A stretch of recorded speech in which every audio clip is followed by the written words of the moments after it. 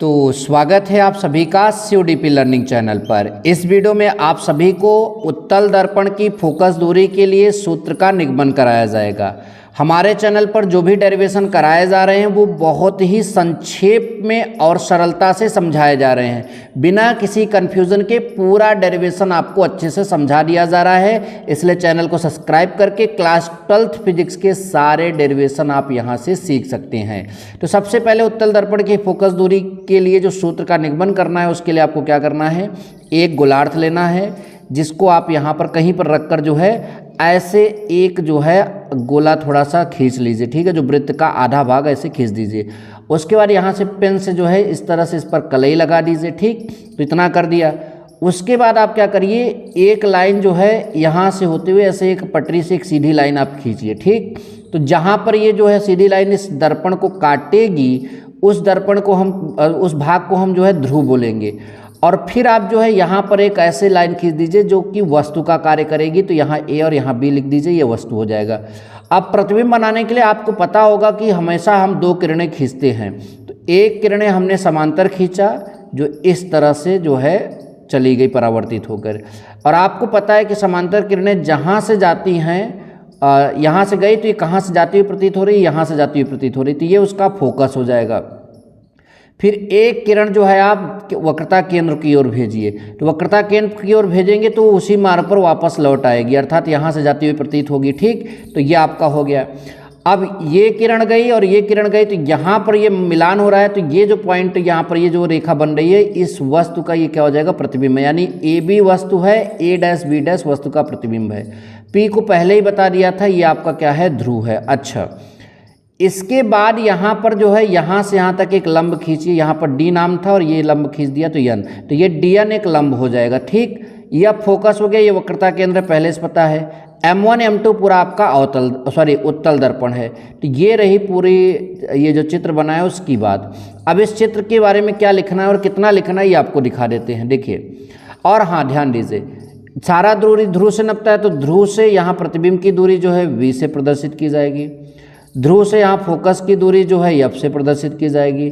ध्रुव से यहाँ वक्रता केंद्र की जो दूरी है जो है आपका R से प्रदर्शित किया जाएगा, और ध्रुव से यहाँ वस्तु की दूरी जो है वो U से प्रदर्शित किया जाएगा। देखिए चित्रानुसार M1 M2 यानी यहाँ से यहाँ तक जो है उत्तल दर्पण है, AB जो है वस्तु है, A', B' जो है प्रतिबिंब है, DN जो है वो अभिलंब है। अभिलंब ना बोलना चाहिए, इसको केवल लंब बोलना चाहिए, ठीक, ध्यान दीजिए। तो हम यहाँ पर इसको ऐसे लिख देते हैं। C जो है मैंने पहले बताया वक्रता केंद्र है, P जो है मैंने पहले बताया ध्रुव है, R जो है यहाँ पर जो है ये इसमें लिखा नहीं है, R इस दर्पण की वक्रता त्रिज्या मानी जाएगी, और F जो है कैपिटल F मुख्य फोकस माना जाएगा। उसके बाद स्मॉल f जो है वो फोकस दूरी मानी जाएगी, और हाँ सॉरी R दिखा तो गया, यहाँ से यहाँ तक की दूरी। और तो ये आपका जो है दर्पण के बारे में संक्षेप जानकारी हो गई, ध्यान दीजिए। अब हम जो है यहाँ पर जो है ध्रुव P से वस्तु AB की दूरी क्या माने हैं, U मैंने दिखा दिया। ध्रुव P से प्रतिबिंब की दूरी क्या माने, V मैंने यहाँ पर दिखा दिया। तो इतनी बात आप सभी को किससे मतलब कि समझना है, चित्र से समझना, और आई होप कि आपको ये इतनी बात समझ में भी आई। अब डेरिवेशन करने के लिए हम क्या करते हैं, दर्पण पर प्रकाश किरण के आपतन बिंदु D से मुख्य अक्ष पर लंब DN डालते हैं, जो कि आपको पहले भी दिखाया गया है कि DN अभिलंब है या लंब है। अब हम इस डेरिवेशन को सिद्ध करने के लिए दो त्रिभुज पकड़ेंगे, ACB और A'CB'। अब ACB हमारा कहाँ है मैं आपको दिखाना चाहूँगा, देखिए ACB ये आपका जो है एक त्रिभुज बन रहा है। A'CB' एक छोटा सा त्रिभुज यहाँ पर बन रहा है, ठीक, ध्यान दीजिए। तो ये दोनों त्रिभुज जो यहाँ बड़ा सा बन रहा है और ये जो यहाँ छोटा सा बन रहा है, ये दोनों त्रिभुज समरूप हैं। समरूप त्रिभुज में संगत भुजाओं का अनुपात जो है बराबर होता है। तो इस त्रिभुज में संगत भुजा AB और इस त्रिभुज में संगत भुजा A'B', अभी चित्र में भी समझाएंगे, ठीक। तो AB बटा A'B' बराबर, अब यहाँ AC ले रहे हैं तो यहाँ A'C लेंगे, तो ये अनुपात आपस में बराबर होता है, समीकरण नंबर 1 माना गया। अब थोड़ा चित्र में भी दिखाते हैं, देखिए इस त्रिभुज में AB तो इस त्रिभुज में A'B', इस त्रिभुज में CA तो इस त्रिभुज में सी ए डैश, तो इनका अनुपात आपस में क्या होता है, बराबर। और यही आपका यहाँ क्या बनाया गया है, समीकरण नंबर 1। और इतनी बात आपको समझ में भी बड़े अच्छे से आ गई है। ठीक, अब हम पेज पलटेंगे और पेज की दूसरी तरफ भी पार्ट जो है उसको समझाएंगे। तो देखिए इस पेज के दूसरी तरफ जो है यहाँ पर लिखा है त्रिभुज ए डैश बी डैश एफ तथा त्रिभुज एन डी एफ समरूप हैं। तो ध्यान दीजिए, इस त्रिभुज का एन डी लिया तो इस त्रिभुज का ए डैश बी डैश ले लिया, इस त्रिभुज का एन एफ ले लिया, ठीक, इस त्रिभुज का ए डैश एफ ले लिया। अब इन दोनों त्रिभुज को हम पहले चित्र में दिखाएंगे कि ये समरूप है, और वो समरूप होने के बाद यही भुजाएं क्यों अनुपात में बराबर है ये पहले दिखाते हैं, फिर आगे कार्य जो किया गया वो भी आपको समझाते हैं। ए डैश बी डैश एफ और एन डी एफ, ए डैश बी डैश एफ, देखिए ए डैश बी डैश एफ, ये छोटा सा त्रिभुज देखिए, ये छोटी सी लाइन ए डैश बी डैश एफ, और आपका एन डी एफ ये बड़ा सा, ठीक। तो ये भी आपका जो है दोनों समरूप हैं। जब आप एन डी लिखेंगे तो ए डैश बी डैश लिखेंगे, जब आप एन एफ लिखेंगे तो ए डैश एफ लिखेंगे। तो यही चीज़ उस तरफ वहाँ पर शामिल की गई है, ठीक। तो ये आपने यहाँ पर लिखा है।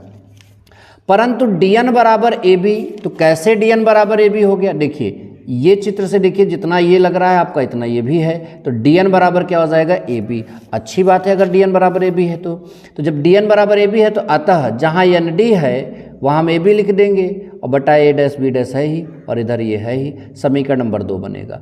अब समीकरण 1 को भी हम देखेंगे, समीकरण 2 को भी देखेंगे।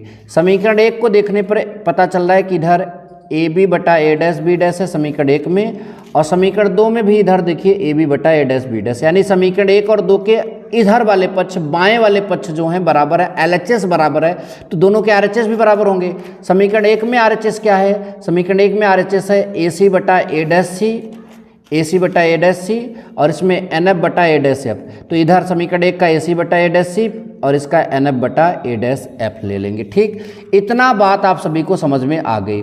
अब हम क्या लिखेंगे, यदि दर्पण का द्वारक बहुत छोटा हो तो बिंदु डी दर्पण ध्रुव पी, जो दर्पण का ध्रुव है उसके निकट हो जाएगा। ये बात आप पिछले कई डेरिवेशन से समझ में आ रहा है आपको। दर्पण का द्वारक छोटा हो जाएगा तो जो बिंदु डी है वो दर्पण के ध्रुव के अत्यंत निकट हो जाएगा, और इस स्थिति में एन एफ जो है पी एफ के बराबर हो जाएगा। कैसे बराबर होगा ये देखते हैं। ये दर्पण है, इसका द्वारक मतलब ये दर्पण बहुत छोटा हो जाएगा, तो बिंदु डी जो है आपका जो है यहाँ पर मतलब बिंदु डी जो है इसके करीब आ जाएगा। तो जब इसके करीब आ जाएगा तो एन तो इसके और करीब हो जाएगा। तो जो आपका एन एफ है, ये ध्यान दीजिए, यहाँ पर हम किसके बराबर क्या लिख रहे हैं, एन एफ बराबर पी एफ लिख रहे हैं। तो जो एन है वो पी के काफ़ी करीब जाएगा, तो जो एन एफ पढ़ रहे हैं वो आपका क्या पढ़ा जाएगा, पी एफ पढ़ा जाएगा। ध्यान दीजिए, तो वही हम यहाँ पर जो है शामिल कर दिए हैं कि इस स्थिति में एन एफ लगभग पी एफ के बराबर हो जाएगा, एग्जैक्ट नहीं लगभग बराबर हो जाएगा। तो हम यहाँ से फिर से चलेंगे, ये आपका वही चीज़ है, एन एफ की जगह हमने पी एफ रख दिया और बटा ए डैश एफ है। अब यहाँ तक आप सभी को समझ में आ गया। अब AC को हम PC प्लस PA काहे लिख रहे हैं, ये सवाल यहाँ पर उठता है। तो पहले मैं इसका जवाब देता हूँ। दर्पण में जो भी दूरी नपेगी, जहाँ की भी दूरी नपेगी वो ध्रुव से नपेगी। तो AC जो है क्या ध्रुव से नपा हुआ है, और AC क्या बता रहा है ये समझने की कोशिश करते हैं। तो इस चित्र में देखिए AC यहाँ से यहाँ तक है, तो देखिए AC को हम यहाँ ध्रुव से यहाँ तक मान लेंगे, तो ये ध्रुव से नप गया, और यहाँ से यहाँ तक मान लेंगे।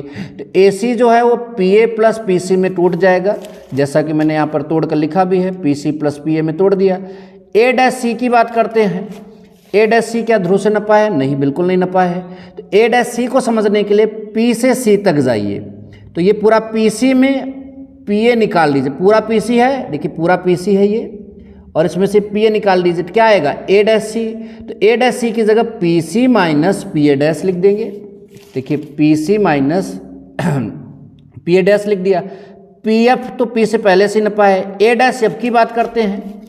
A डैश F यहाँ से यहाँ तक है, तो मैं PF, ये आपका पूरा PF में से PA डैश निकाल दो तो आपका जो है A डैश F की जगह आएगा PF माइनस PA डैश। तो इतना मैंने यहाँ पर कर दिया। अच्छा, इस समीकरण में चिन्ह सहित मान रखने पर, मतलब ये जो सारी चीज़ें इनका क्या मान है वो रखते हैं।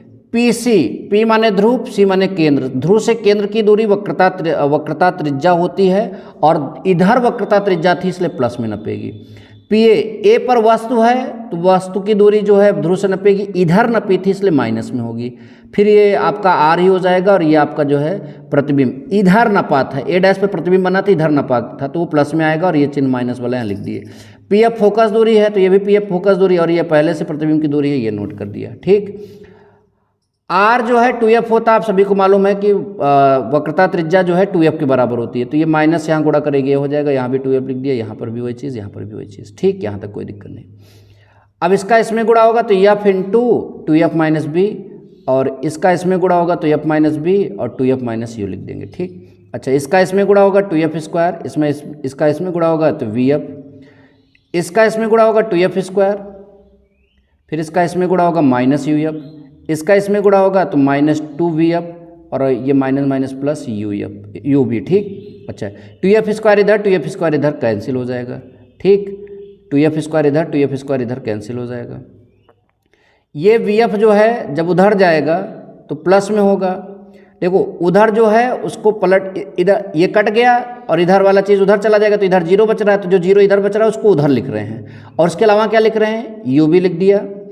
यहाँ पर ये माइनस में उधर जाएगा प्लस में, तो ये माइनस 2 बार माइनस में 1 बार प्लस में, तो घटेगा तो 2 बार में से 1 बार घटेंगे तो 1 बार बचेगा और माइनस वाला चिन्ह रहेगा तो bf रहेगा, और ये पहले से है बराबर 0। माइनस वाली चीज़ उधर भेज दोगे तो प्लस में हो जाएगा, तो यू बी बराबर जो है इतना चीज़ प्लस में दिखेगा, तो यू बी को उधर लिख कर ये चीज़ जो है इधर कर दिया। ठीक, इतनी समझ में आती है बात।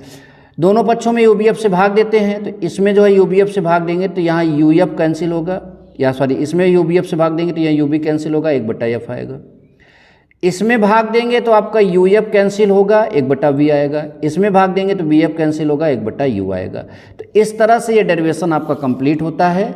और अब आप क्या करिए, इस डेरिवेशन के लिए स्क्रीनशॉट ले लीजिए ताकि आपका अच्छा से जो है नोट्स भी तैयार हो जाए। ठीक, इस डेरिवेशन के लिए एक सुंदर सा आप स्क्रीनशॉट लीजिए, यहाँ से यहाँ तक पहले नोट कर लीजिए, फिर यहाँ तक पूरा नोट कर लीजिए। ठीक, इसके बाद जो है सेकंड पेज आ रहा है, इस पेज में यहाँ से यहाँ तक नोट कर लीजिए अच्छे से, फिर ये पूरा आप नोट कर सकते हैं।